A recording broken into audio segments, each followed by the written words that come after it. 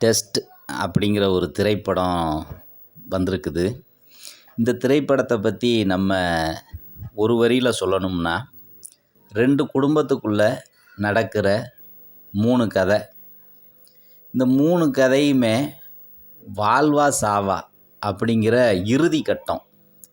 அந்த சூழ்நிலை தான் அந்த படத்தோட கதை. அப்போ அதில் ஜெயிக்கணும் அவங்க. அதுக்கு என்ன மாதிரி போராட்டங்களை சந்திக்கிறாங்க அப்படிங்கிறது அந்த படத்தோட கதை. இந்த படத்தில் ஒரு சிறப்பு என்னென்னா, நயன்தாரா இதுவரைக்கும் டப்பிங் வாய்ஸில் தான் சினிமாவில் வரும். ஆனால் இந்த படத்தில் நயன்தாரா சொந்த வாய்ஸில் பேசியிருக்காங்க. சில இடத்துல அவங்க பேசும்போது மலையாள வாசம் வரும் பாருங்க. அதே மாதிரி நயன்தாரா அவங்க வயசுக்கு ஏற்ற மாதிரி உருவத்துலேயும் நிறைய மாற்றம் ஆகிருக்கு. ஆனால் அந்த கதையும் அந்த வயசுக்கு ஏற்ற கதை. அதனால் நமக்கு நல்ல அருமையாக இருக்குது பார்க்குறதுக்கு. இந்த படத்தில் சித்தார்த் இருக்கிறாப்படி.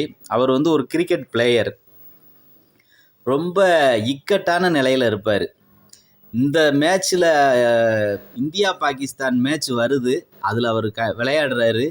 கண்டிப்பாக நல்ல ரன் ரேட் அவர் எடுத்தால் தான் அவருக்கு அடுத்த வாழ்க்கை. இல்லைன்னா அவரை கிரிக்கெட்டு அவரோட வாழ்க்கை அஸ்தமனம் ஆயிரும். அந்த சூழ்நிலை. அதே மாதிரி நயன்தாரா பார்த்திங்கன்னா, நயன்தாரா மாதவன் 2 பேரும் கணவன் மனைவி. திருமணமாகி நீண்ட வருடமாக குழந்தை இருக்காது. அப்போ குழந்தை இல்லை, இதுதான் கடைசி வாய்ப்பு. ஐவி முறையில் குழந்தைய பெற்றுக்கிடணும். அதுக்கு நிறைய பணம் செலவாகும். இந்த சூழ்நிலை நயன்தாராவுக்கு. நயன்தாரா கணவன் மாதவன். அவரோட நோக்கம் ஹைட்ராலிக் ஃபியூல் இன்ஜினை கண்டுபிடிக்கிறாரு. கண்டுபிடிச்சி அதை இந்தியாவில் புழக்கத்துக்கு கொண்டு வரணும். அதனால் பெட்ரோல் டீசல் பயன்பாட்டோட இது சுத்தமாக குறைஞ்சிரும், இல்லாமல் போயிடும். நாட்டுக்கு நல்லது செய்யணும்னு நினச்சி அவர் போராடிக்கிட்டு இருக்கார். அதுக்கு அரசாங்கத்துக்கிட்ட அப்ரூவல் வாங்கணும், நிறைய பணம் செலவாகும். இந்த சூழ்நிலையில் அவரோட கதை நகர்ந்துக்கிட்டு இருக்கு.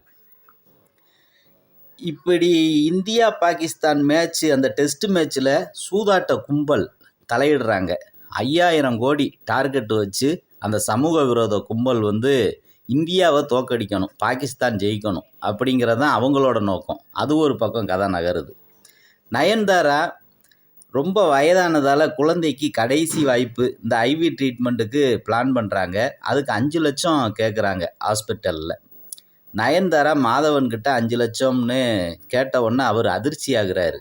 ஏன்னா அவருக்கே பண தேவை நிறைய இருக்குது அந்த மிஷினை கண்டுபிடிக்கிறதுக்கு. அப்போ அதிர்ச்சி ஆகுறாரு.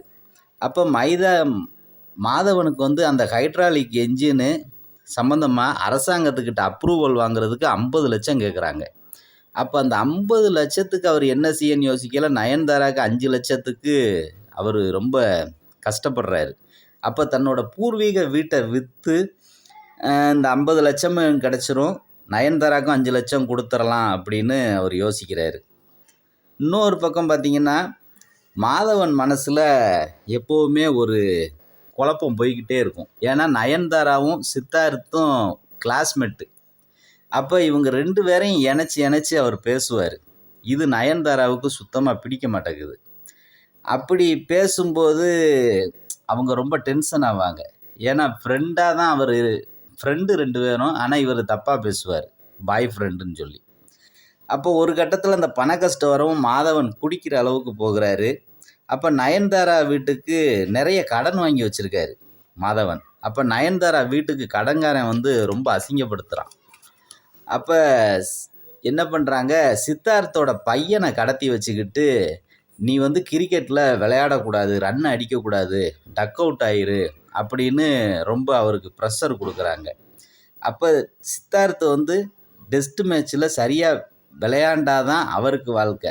இன்னொரு பக்கம் மேட்ச் சூதாட்டம், பாகிஸ்தானை ஜெயிக்க வைக்கிறதுக்கு திட்டம். இப்படித்தான் கதை பரபரப்பாக போய்கிட்டு இருக்குது. இந்த நிலையில் சித்தார்த்து பையன் ஆதித்யாவை கடத்தி வச்சு மிரட்டுறாங்க.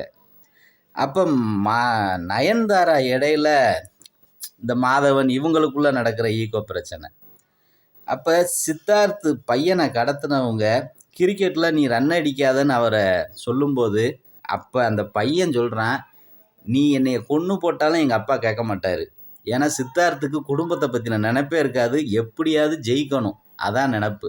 அப்போ சித்தார்த்துக்கு பையனா நாடாங்கிற ஒரு கட்டம் வருது. அப்போ நாடு தான் முக்கியம்னு சொல்லி மேட்ச்சில் 6, 4ன்னு அடித்து இந்தியாவை ஜெயிக்க வச்சிடுறாரு.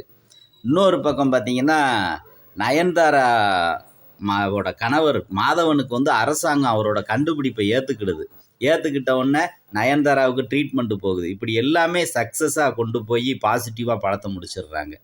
இந்த படத்துக்கு வந்து நம்ம வந்து 5க்கு 3.5 மார்க் கொடுக்கலாங்க. ஏன்னா அந்த அளவுக்கு கதையில் எந்த ஒரு அசிங்கமும் கிடையாது. குடும்பத்தோடு போய் பார்க்கலாம். அந்த அளவுக்கு கதை ஸ்மூத்தாக போகுது. இந்த படத்துக்கு டெஸ்ட்டுன்னு பேர் வைக்க காரணம் அதான். நயன்தாராவுக்கும் டெஸ்ட்டு நடக்குது, சித்தார்த்துக்கும் டெஸ்ட்டு மேட்ச் நடக்குது, நம்ம மாதவனுக்கும் டெஸ்ட்டு. அதுதான் டெஸ்ட்டு.